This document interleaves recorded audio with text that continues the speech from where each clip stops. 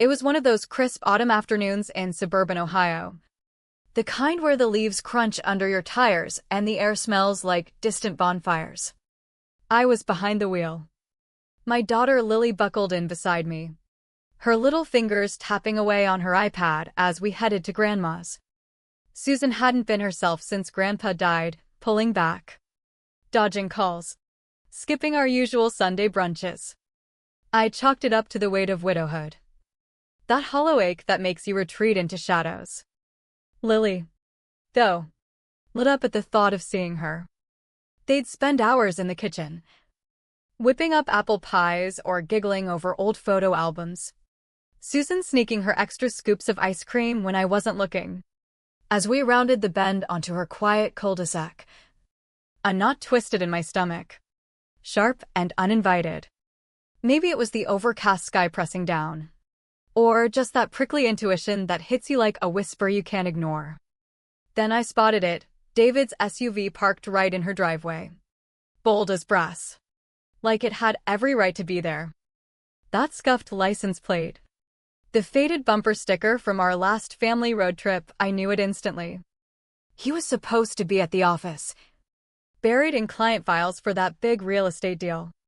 He'd kissed me goodbye that morning, his tie perfectly knotted, murmuring, "Big day ahead.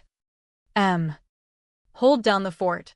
I'd waved him off with a smile, trusting as always.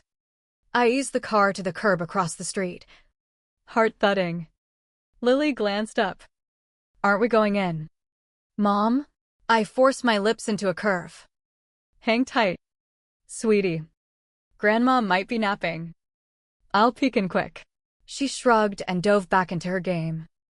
My legs felt like lead as I crossed the lawn, sticking to the soft grass to muffle my steps. The house was eerily still. Blinds half drawn against the daylight, Susan always kept them open, letting the sun flood in. I edged toward the side window, cracked just enough for voices to drift out. And there they were, my mother and my husband. Their tones low, intimate, laced with something that made my skin crawl. At first, my brain scrambled for excuses. Maybe he swung by to help with the leaky faucet she'd mentioned last week. Maybe it was innocent. But then I heard my name drop like a stone. "Emily doesn't suspect a thing," David murmured, his voice steady, almost casual. "She's my flesh and blood," Susan hissed back, a tremor in her words. "I can't keep this up forever." He chuckled softly, that sound I used to find endearing. "We've come too far to back out now." "You think she'll forgive us?" "No loose ends, Susan. That's the deal." My throat closed up, vision blurring. They weren't chatting like family, they were plotting, scheming, like thieves dividing spoils in the dark. My nails dug into my palms, drawing pinpricks of blood. But I didn't move. I couldn't. The betrayal sank in slow, like poison seeping through veins. Fragments floated out, something about the will, the property, keeping her in the dark. My knees buckled, but I caught myself against the siding. This wasn't a fling or a fib, it was calculated. Cold. A sudden beep from Lily's iPad pierced the air, jolting me. If they heard. I spun on my heel, retreating fast, sliding back into the car with a plastered grin. "Grandma's tied up, kiddo." "Another time." Lily pouted but didn't push.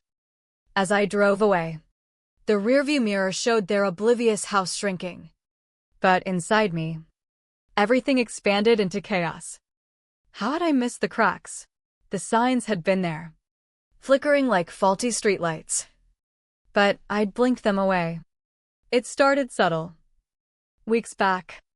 David, my rock of 8 years. The real estate agent who'd charmed me with dreams of our forever home, he'd cooled off. No more surprise coffee runs.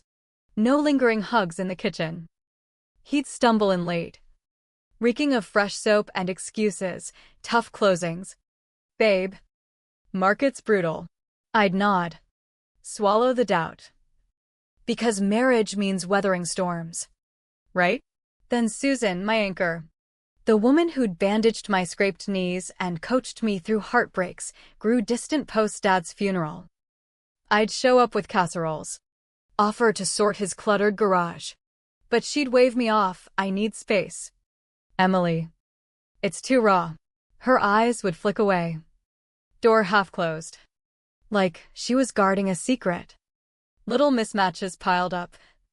Ignored in my haze of denial. That scratch on David's knuckle helped your mom move some boxes. She didn't want to bug you. Sweet. I thought. Him stepping up. But Susan never mentioned it. Lily's offhand comment one evening, "Why does Dad visit Grandma alone?" He'd brushed it. Grown-up errands. Munchkin. Boring stuff. I'd laughed it off. The cryptic texts from S. he'd delete mid-conversation. Old client. No biggie. Trust erode slow. Then all at once. Now. Piecing it together. It wasn't comfort they shared, it was conspiracy. Intimacy twisted into something vile. The drive home blurred with unshed tears. Lily chattering about school. Oblivious to the storm brewing in my chest. That night, I lay rigid beside David. His snores mocking my insomnia. The man I'd vowed forever to now felt like a stranger. His betrayal a knife twisted deeper with every breath. Susan, who'd nursed me through fevers and first loves, had sold me out for. What? Loneliness? Greed? I didn't confront them. Not yet. Rage simmered. But I channeled it into silence. Observation. I became a ghost in my own life, smiling through breakfasts, nodding at his half-hearted, "How was your day?" while noting how he locked his phone screen fast. How he'd flinch at mentions of Susan. Her texts ramped up forced cheer. "How's Lily's soccer?" "Miss you girls." But her voice cracked on calls. Guilt bleeding through. I dug deeper. Rifling mail he'd handled, scanning bank statements for anomalies. Lily sensed the shift. "Mom. You okay? You don't sing in the shower anymore." I'd hug her tight, "Just busy." Love. But her innocence fueled my resolve.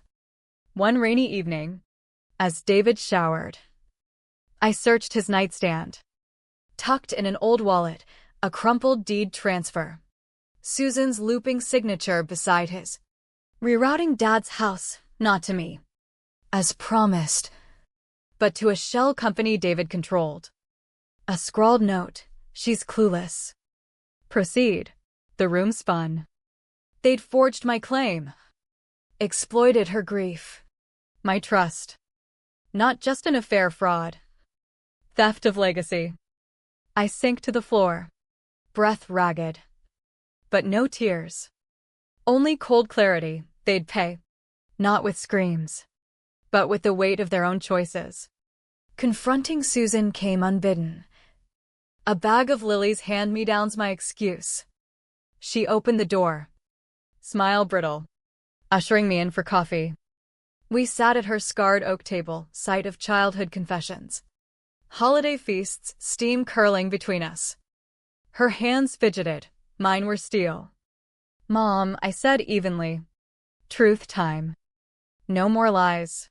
I slid the deed across. Her face crumpled. Tears instant. "I was going to tell you. After your dad." I was lost. David helped. At first. Then. It snowballed. How long? 9 months. The affair. The scheme to flip Dad's house for profit. Cut me out. "You were thriving," she sobbed. "I thought you'd understand later." Understand? The woman who'd preached family bonds had shattered ours for fleeting thrills and cash. I stood. Voice low, "You chose this." Live with it. I left her weeping. The doors click echoing my severed ties. David was next. Caught mid-morning jog in our driveway. He jogged over. Sweat slicked. Grin faltering at my stone face. What's up?" I thrust the deed at him. Game over. "I know the affair. The fraud." He deflated. then sneered. So? We were both lonely. You checked out ages ago. Lonely? While I juggled his life. Our child? I pulled divorce papers from my bag. Lawyer says emotional coercion. Forgery, felonies. Walk away. Or face court. His bravado cracked, he signed. Slinking off like the coward he was. No fireworks. Just quiet dismantling.